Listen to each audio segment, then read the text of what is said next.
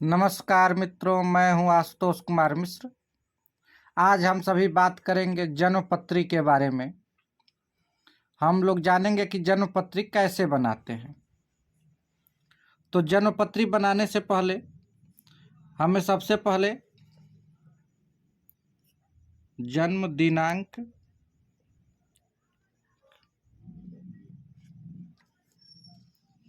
की जानकारी होनी चाहिए। तो मान लीजिए जन्म दिनांक है 1 अप्रैल 2023। फिर से जन्म समय की जानकारी होनी चाहिए।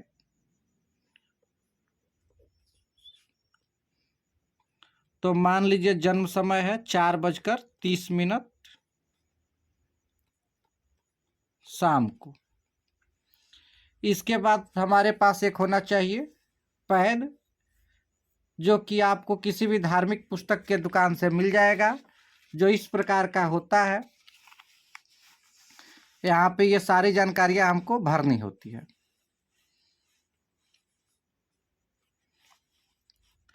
इसके बाद जैसे मान लीजिए कि जातक का जन्म जो है वह 4 अप्रैल 2023 को हुआ है, तो एक ऐसा पंचांग चाहिए जिसमें 1 अप्रैल 2023 की जानकारी दी गई है, क्योंकि जातक का जन्म जो है वह 1 अप्रैल को हुआ है। तो ये रहा हमारे पास पंचांग, जिसकी सहायता से हम सारी जानकारियां इसमें भरेंगे।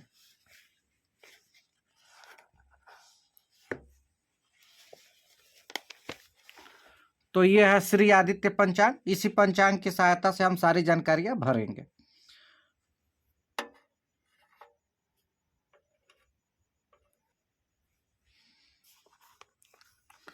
तो यहाँ पर आप सभी लोग देख रहे होंगे, लिखा है 22 मार्च से 6 अप्रैल 2023 ईस्वी तक, यानी कि इसमें 22 मार्च से लेकर के 6 अप्रैल 2023 तक की जानकारी दी गई है। अब सबसे पहले हम यहाँ पर ऊपर देखेंगे कि कौन सा संवत चल रहा है। तो यहाँ पर आप सभी लोग देख रहे होंगे। चलिए इसको थोड़ा सा हम और अच्छे से दिखाते हैं आप लोगों को।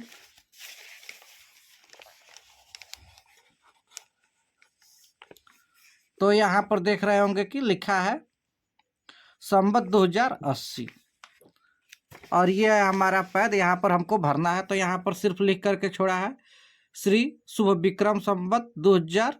तो यहाँ पर हम भर लेंगे 80। फिर यहाँ पर लिखना है शाकाब्देशु, यानी कि कौन सा शक संवत चल रहा है। तो इसकी भी जानकारियाँ हमको यहीं पर मिल जाएगी।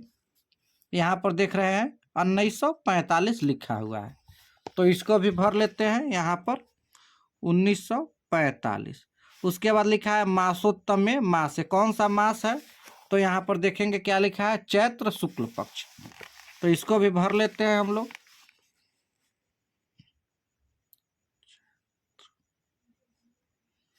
चैत्र मासे हो गया। और यहाँ पर भरना है कौन सा पक्ष चल रहा है। तो यहाँ पर भर लिए शुक्ल पक्ष। इसके बाद से देखना है कि कौन सी तिथि है। तो यहाँ पर हम लोग आएंगे सीधे। तो ये रहा आपका 1 तारीख, यहाँ पर 1 लिखा हुआ है। इस 1 के सामने हम लोग सीधे देखेंगे। तो ये 1 तारीख के सामने हम लोग जब सामने आते हैं यहाँ पर, तो यहाँ पर देख रहे हैं एकादशी तिथि रह रहा है। यहाँ पर आप सभी को दिख रहा होगा एकादशी तिथि है। तो यहाँ पर लिख सकते हैं। अब आपकी इच्छा, जैसे इच्छा हो वैसे लिख सकते हैं।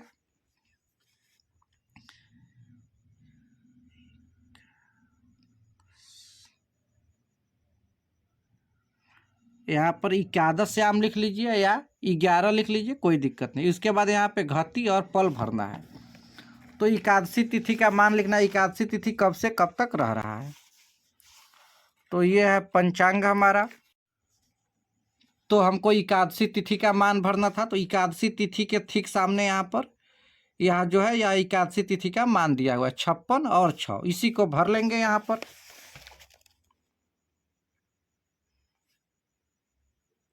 इसके बाद यहाँ पे परम पूछ रहा है कि परम कौन सा तिथि है जन्म के समय की। तो जैसे मान लीजिए यहाँ पे रात को 4 बजे तक यह एकादशी रह रहा है। अगर बाई दी हुए मान लीजिए कि जातक का जन्म 4 बजे शाम को है और 3 बजे एकादशी खत्म हो जाता, तो यहाँ पे परम में हम द्वादशी भर लेते, लेकिन एकादशी तिथि में ही जन्म है तो इसलिए इसको एकादशी ही। तो इसको हम ऐसे ही खाली छोड़ देंगे। इसके बाद से कौन सा दिन है, तो यहाँ पर एकादशी तिथि के दिन देख लेंगे कौन सा दिन हो रहा है। तो एकादशी तिथि के जस्ट बगल में लिखा हुआ है शनिवार, तो यहाँ पर भर लेंगे शनिवासरे।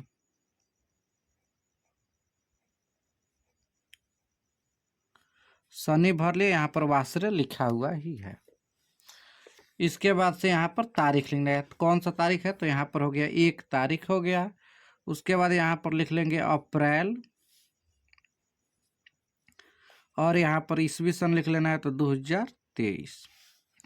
इसके बाद से जन्म नक्षत्र भरना है, तो यहाँ पर एकादशी तिथि था, ये रहा एकादशी तिथि। और एकादशी तिथि के बाद यहाँ पर कौन सा नक्षत्र है, अश्लेषा नक्षत्र है।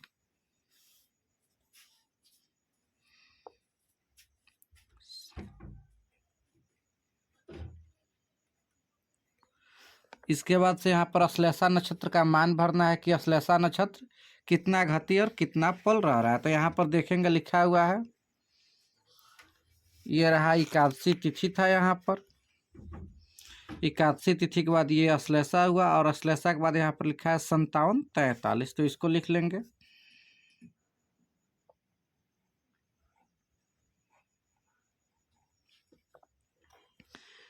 इसके बाद से यहाँ पे परम में कौन सा नक्षत्र था, तो इसको खाली छोड़ देंगे।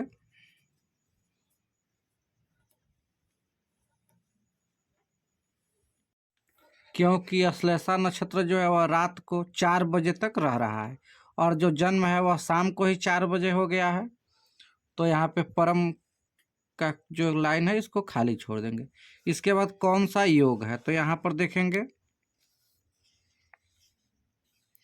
एकादशी के सामने यहाँ पर लिखा है घृति नाम योगे, तो यहाँ पे घृति भर देंगे।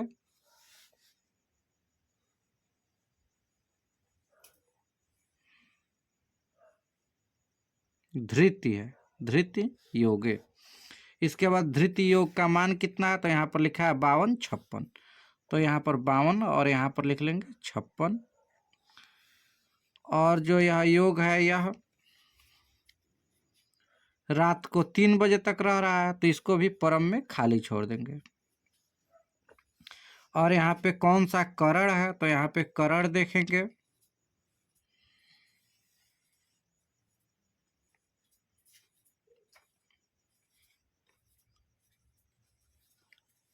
तो यहाँ पर ये जो करण लिखा है इसको लिख लेंगे।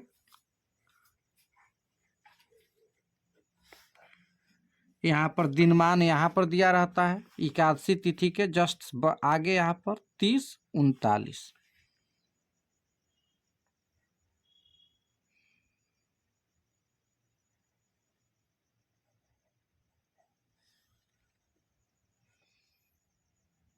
इसके बाद यहाँ पे संक्रांतो गतांशा भरना है, यानी कि सूर्य किस राशि पर है, तो इसको हम लोग पंचांग से ही यहाँ से देख सकते हैं।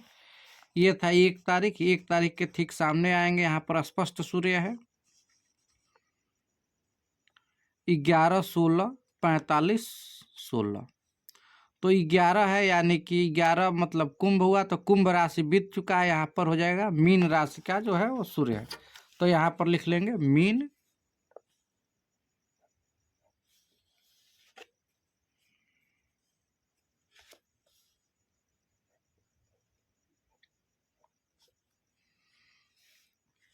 और यहाँ पर यही संग जो लिखा था यहाँ पर ये जो दिया है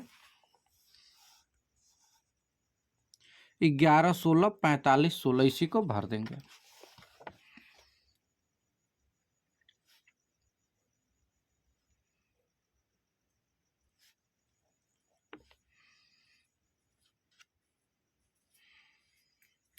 इसके बाद से हमें इष्टकाल निकालना है, यहाँ पर इष्टकाल भरना है।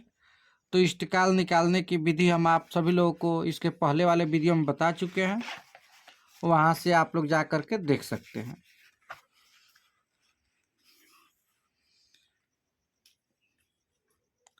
ऐसे इष्टकाल निकालने के लिए हम लोग करते क्या हैं, तो यदि जन्म सूर्योदय के बाद है तो इसमें 12 घंटे जोड़ लेते हैं, दिन के 12 बजे के बाद है तो जन्म समय में 12 घंटा जोड़ लेते हैं। तो जैसे 4:30 हमारा जन्म समय है तो 4:30 में 12 घंटे को जोड़ लिए तो ये हो गया 16:30। और इसमें से सूर्योदय को घटा करके, तो सूर्योदय यहाँ पर दिया हुआ है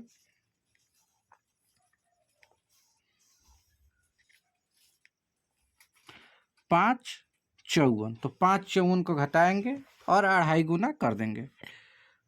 तो 5:54 को घटा लिए हम यहाँ पे, तो यहाँ पर 30 मिनट, 30 में से 54 नहीं जाएगा तो 7 यहाँ से ले लिए, तो ये हो गया 90। अब 90 में से 54 को हम घटाएंगे तो यहाँ पर हो गया 6, यहाँ पे बचा 8, 8 में से 5 गया तो 3, यानी कि यहाँ पर हो गया 36।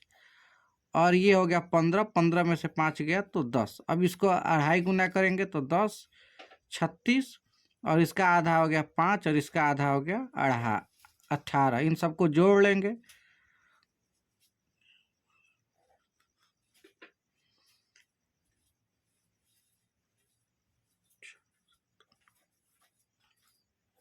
यानी कि यही 2590 जो है वह इष्टकाल हो गया। तो यहाँ पर हम भर लेंगे।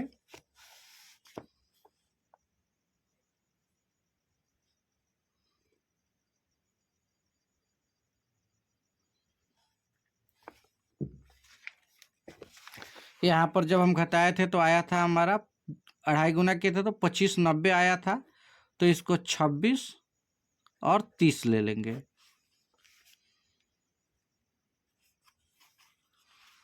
तो यहाँ पर लिख दिए 26, 30। इसके बाद से दिन का जन्म जो है वह दिन का है कि रात का, इसको भरना होता है।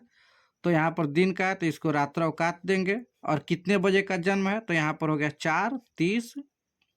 बादनों पर जन्म स्थल किस जगह का जन्म है, तो मान लीजिए कि हम गोपालगंज लिख दे रहे हैं।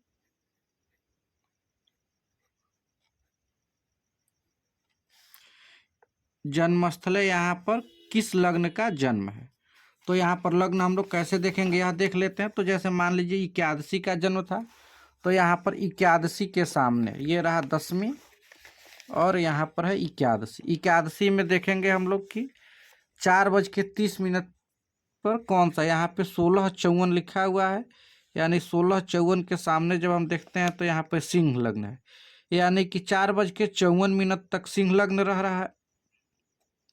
सिंह लग्न रह रहा है तो सिंह लग्न का जन्म है। तो यहाँ पर क्या भरेंगे,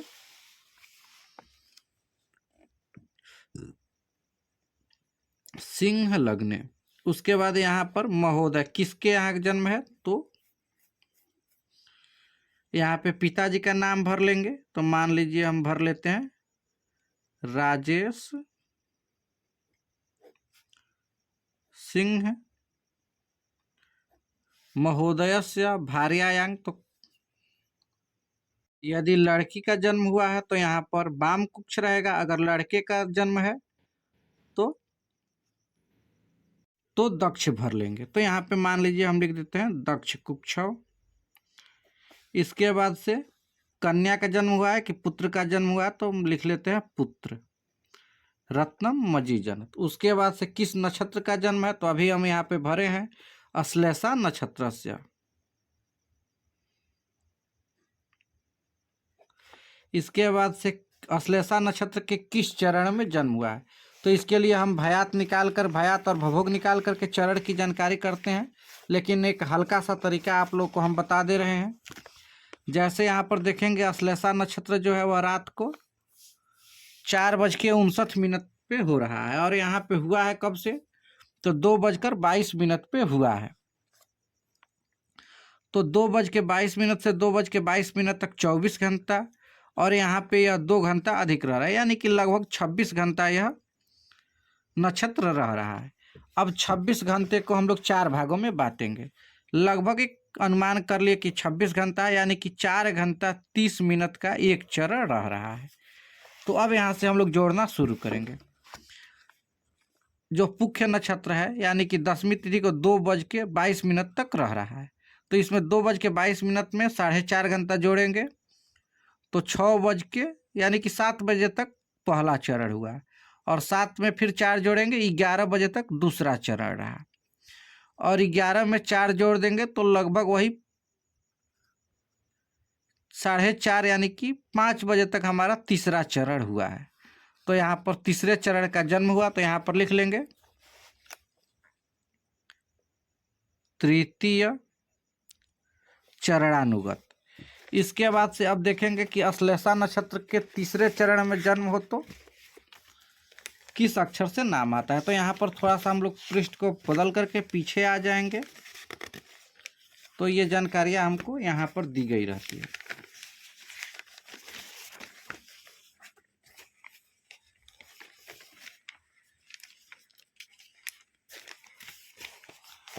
यहाँ पर ये दी हुई है, यहाँ पे अश्लेषा नक्षत्र हम खोजेंगे तो यहाँ पर है अश्लेषा नक्षत्र। तो अश्लेषा नक्षत्र के तीसरे चरण में किससे नाम है, तो दे अक्षर से नाम है। तो यहाँ पर लिख लेंगे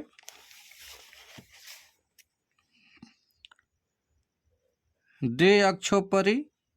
हम मान लीजिए यहाँ पे दे अक्षर से कोई भी नाम लिख लिए, देजी जन्म नाम हो गया। और यहाँ पे राशि कौन सा है, तो राशि की जानकारी भी आपको यहीं से मिल जाएगी। अश्लेषा नक्षत्र में राशि जो है यहाँ पर देख लेंगे आप लोग, कर्क राशि दिया हुआ है। यहाँ से देखिए ये है कर्क राशि यहाँ पर दिया हुआ है। अश्लेषा के ठीक सामने यहाँ पर लिखा है राशि, और राशि में जब आएंगे तो यहाँ पर है कर्क राशि। तो इसी को भर लेंगे।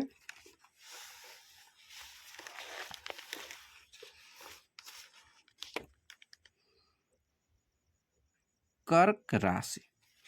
इसके बाद राशिस कौन है, तो यहीं पर नीचे आएंगे तो हमें राशिस की भी जानकारी मिल जाएगी। तो ये था अश्लेषा। अश्लेषा का ठीक नीचे आएंगे तो यहाँ पर दिया हुआ रहता है राशिस। ये देखिए, तो यहाँ पे राशिस जो है वह कौन है, चंद्रमा है। तो यहाँ पर लिख लेंगे चंद्र।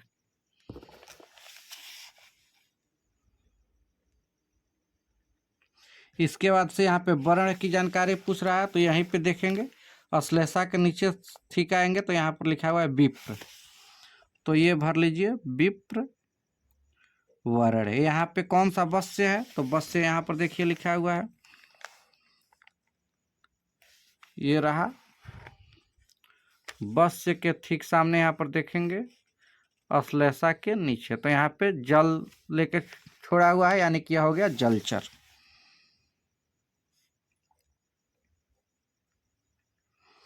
तो ये भर लिए। योनि कौन सा है, तो यहाँ पर देखेंगे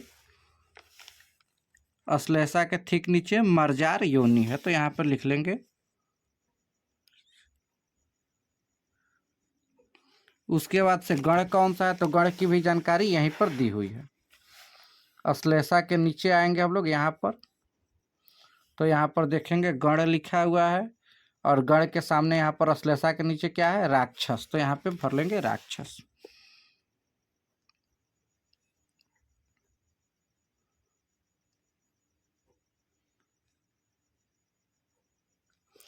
तो ये हो गया राक्षस गण। उसके बाद से नाड़ी कौन सा है, तो नारी यहाँ पे अंत्य है। तो यहाँ पर लिख लेंगे अंत्य।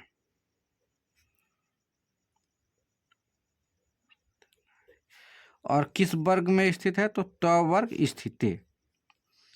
इसके बाद यहाँ पे सूर्योदय लिखना है। तो सूर्योदय की जानकारी यहाँ पर दिया गया था, जिसको हम पंचांग में अभी देखे हैं। 5:54 यहाँ पर लिख लेंगे 5:54। यहाँ पे हमें भयात निकाल के लिख लेना है, और यहाँ पे भभोग लिख लेना है। तो उसको भी हम अभी भर लेंगे। अब यहाँ पे देखेंगे सिंह लग्न का जन्म था, तो यहाँ पे लिखेंगे 5, 6, 7, 8, 9, 10, 11, 12, 1, 2, 3 और 4। यहाँ पे जिस लग्न का जन्म होगा उसके मान, यानी कि सिंह लग्न का जन्म है तो 5वां लग्न सिंह होता है। तो 5 से शुरू करेंगे, 5, 6। अब देखेंगे कि कौन सा ग्रह किस राशि पर है, उसको भी हमें भरना है।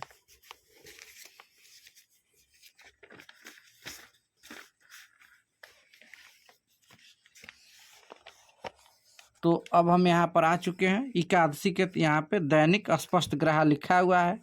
अब एकादशी के ठीक सामने यहाँ पर आएंगे तो यहाँ पर देखेंगे क्या लिखा है, चंद्र। और चंद्रमा किस राशि पर लिखा है, तो 3 लिखा है, और 3 के बाद यहाँ पे 18 है, यानी कि 3 राशि से आगे हो चुके हैं। तो 3 के बाद चौथा राशि आएगा, यानी कि 4 में लिखेंगे चंद्रमा को, यहाँ पर हो गया चंद्रमा। इसके बाद से मंगल को देखते हैं, तो मंगल ये है। अब एकादशी के सामने यहाँ पर देखेंगे, तो एकादशी के सामने यहाँ पे मंगल 2 राशि के बाद यहाँ पे 8 अंश तक जा चुके हैं, यानी कि तीसरे राशि में है। तो यहाँ पे 3 में मंगल को लिख लेंगे। यहाँ पर 0 है, तो 0 में 1 बढ़ा करके यानी कि बुध को, 0 के बाद 1 यानी कि मेष राशि में लिख लेंगे बुध। इसके बाद से गुरु को देखेंगे एकादशी के सामने ही, तो यहाँ पर 11 है, तो 11 से बढ़ा करके 12 में लिख देंगे, यहाँ पर हो गए गुरु। इसके बाद से गुरु के बाद से शुक्र को भरना है, तो यहाँ पे 0 0 है, यानी कि 0 में 1 जोड़ेंगे तो 1 हो गया, तो 1 में लिख लेंगे शुक्र। इसके बाद से शनि है जो 10 में है, यहाँ पे 10 लिखा है, तो 10 में 1 जोड़ करके 11 में लिख लेंगे शनि को।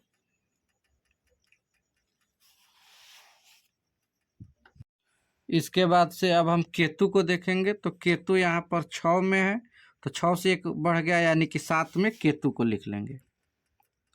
और केतु से गिन करके 7वें राहु को लिख लेंगे, तो 1 2 3 4 5 6 7, यहाँ पर हो गए राहु। और सूर्य को अभी हम लोग भरे थे, यहाँ पर चलिए पंचांग से देख लेते हैं।